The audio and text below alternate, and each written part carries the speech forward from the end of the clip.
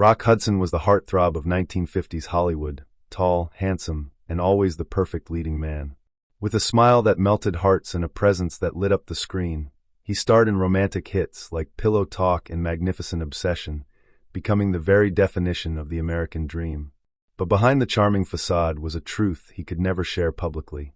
In a time when being gay could destroy a career, Hudson lived a double life, carefully guarded by studios and agents who knew the truth but feared the backlash. His secret became national news in 1985 when he announced he had AIDS, shocking the world. It was the first time many Americans even heard of the disease. Overnight, Hudson went from a symbol of masculine perfection to a face of a crisis no one wanted to talk about. He didn't just break hearts on screen, he broke silence in real life. Rock Hudson didn't just die a Hollywood legend. He died a pioneer in a battle far bigger than the silver screen. Judy Garland was Hollywood's little girl with the big voice, forever remembered as Dorothy in The Wizard of Oz. But behind the rainbow was a storm that never truly passed. Born into showbiz, Judy was just a teenager when studio executives began feeding her pills, to sleep, to wake, to stay thin, to keep going. MGM didn't see a girl, they saw a product. And that product had to perform, no matter the cost. Her voice could fill concert halls, but inside, Judy was crumbling. She battled addiction, depression, and the pressures of being a child star forced to grow up in a cruel industry. Marriages failed. Finances collapsed. And yet, she always rose, singing her heart out, clawing her way back on stage after every fall. By the time she died in 1969 at just 47, the world had seen her magic, but not her pain. Judy Garland wasn't just a victim of Hollywood's golden age. She was one of its brightest stars and most tragic warnings. A voice like hers comes once in a lifetime, and so does a story like hers. Rudolph Valentino was Hollywood's first true sex symbol, the Latin lover who made women swoon and men feel threatened. In silent films like The Sheik and Blood and Sand, he smoldered with a gaze that didn't need words. His exotic looks and sensual presence redefined masculinity in the 1920s, but fame came with a price. Critics mocked him. Journalists questioned his manhood. Rumors swirled about his sexuality. But audiences didn't care, they were obsessed. His fans fainted at his premieres, sent love letters by the thousands, and treated him like royalty. Valentino didn't just act, he haunted the screen, leaving a mark that no one could match. Then, at just 31, he collapsed from a sudden illness and died within days. His death triggered mass hysteria. Mobs lined the streets for his funeral. Women reportedly fainted, some even claimed to take their own lives. In death, he became immortal, a phantom of the silver screen, frozen in eternal youth and mystery. Rudolph Valentino wasn't just a star. He was a legend who lived fast, loved hard, and vanished like a dream. Marilyn Monroe, the name alone conjures an image. Platinum curls, red lips, and a smile that seduced the world. But Marilyn wasn't just a bombshell, she was a storm wrapped in silk. Born as Norma Jean, she survived a troubled childhood, bouncing between foster homes and heartbreak. Hollywood gave her fame, but never peace. Behind the diamonds and designer gowns was a woman craving love, stability, and respect. Studios wanted her to play the dumb blonde, and she played it perfectly. But Marilyn was smart, ambitious, and desperate to be seen as more than a fantasy. She started her own production company, battled studio control, and fought for serious roles. Still, addiction, mental health struggles, and failed relationships haunted her. President rumors, pills, late-night phone calls. Then, in 1962, she was found dead at just 36, and the whispers never stopped. Overdose or something darker. Marilyn Monroe wasn't just a sex symbol. She was a fragile icon trapped in a golden cage. The world saw her beauty, but never truly saw her. And maybe that's the real tragedy. Cary Grant, the epitome of elegance, charm, and effortless cool. With his slick-back hair, sharp suits, and irresistible accent, he became the golden gentleman of Hollywood's golden age. In films like North by Northwest, Bringing Up Baby, and To Catch a Thief, he wasn't just acting, he was the fantasy. The witty, worldly man every woman desired and every man admired. But the real Cary Grant? Far more complicated. Born Archibald Leach in a rough part of England, he escaped a troubled childhood, including the shock of learning in adulthood that his mother was alive and institutionalized by his father. Hollywood gave him a new identity, but Grant never fully outran his past.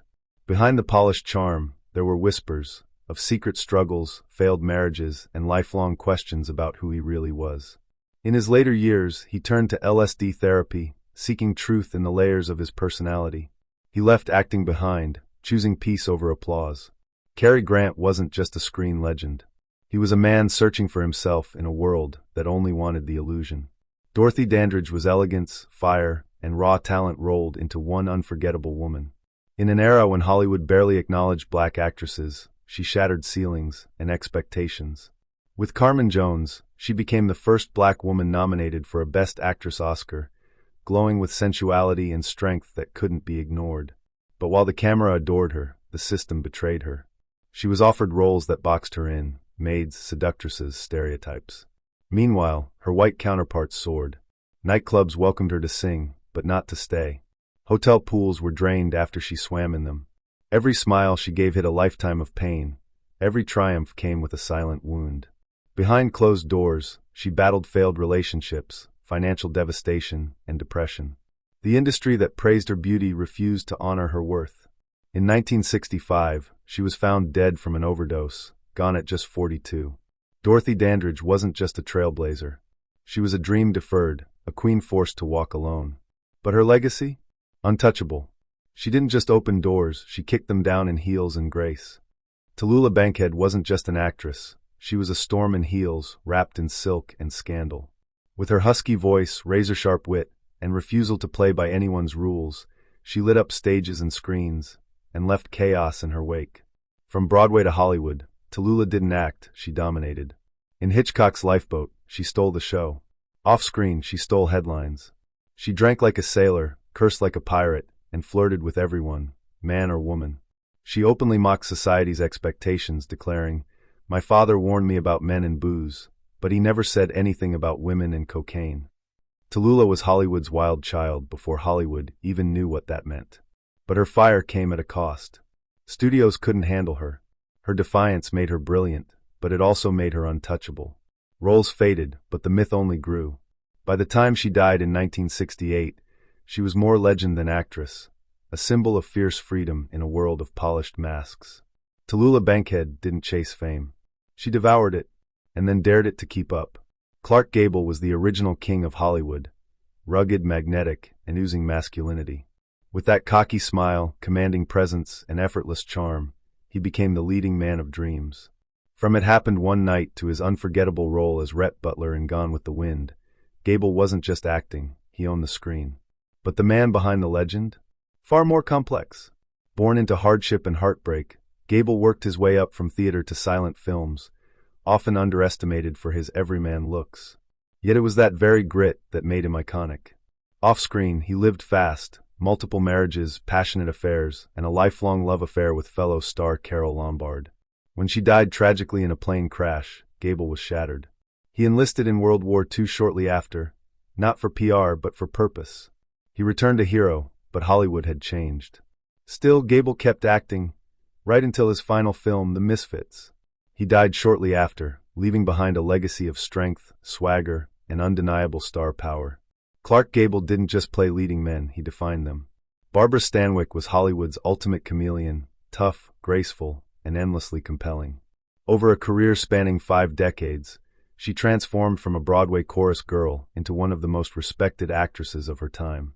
With her sharp eyes and steely determination, Stanwyck excelled in everything from film noir to romantic dramas. She wasn't the typical Hollywood starlet. She played strong women who could hold their own in a man's world. Movies like Double Indemnity and The Strange Love of Martha Ivers showcased her ability to be both seductive and deadly, vulnerable yet fiercely independent. Behind her polished exterior was a woman who knew hardship. She lost her mother young and had to fight her way up through tough times. Despite the pressures of the industry, Stanwyck stayed fiercely professional and private. She never married, but had a deep love for her son and close friends. When she passed in 1990, Hollywood lost one of its last true leading ladies, a woman who redefined what it meant to be a star. Barbara Stanwyck wasn't just an actress. She was a force. Cole Porter was the sophisticated maestro behind some of Broadway's most enduring classics, a composer and lyricist whose wit was as sharp as his tuxedo. Born into wealth, Porter's life seemed gilded from the start, but his genius wasn't handed to him. It was crafted with relentless dedication and a flair for the theatrical. From Anything Goes to Kiss Me, Kate, his songs combined catchy melodies with clever, often risque lyrics that pushed boundaries in the conservative world of the early 20th century.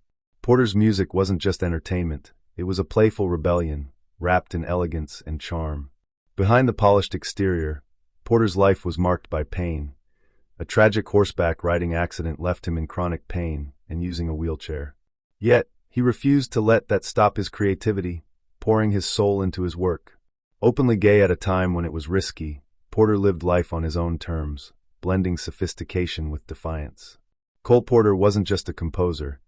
He was a dazzling original who changed American music forever.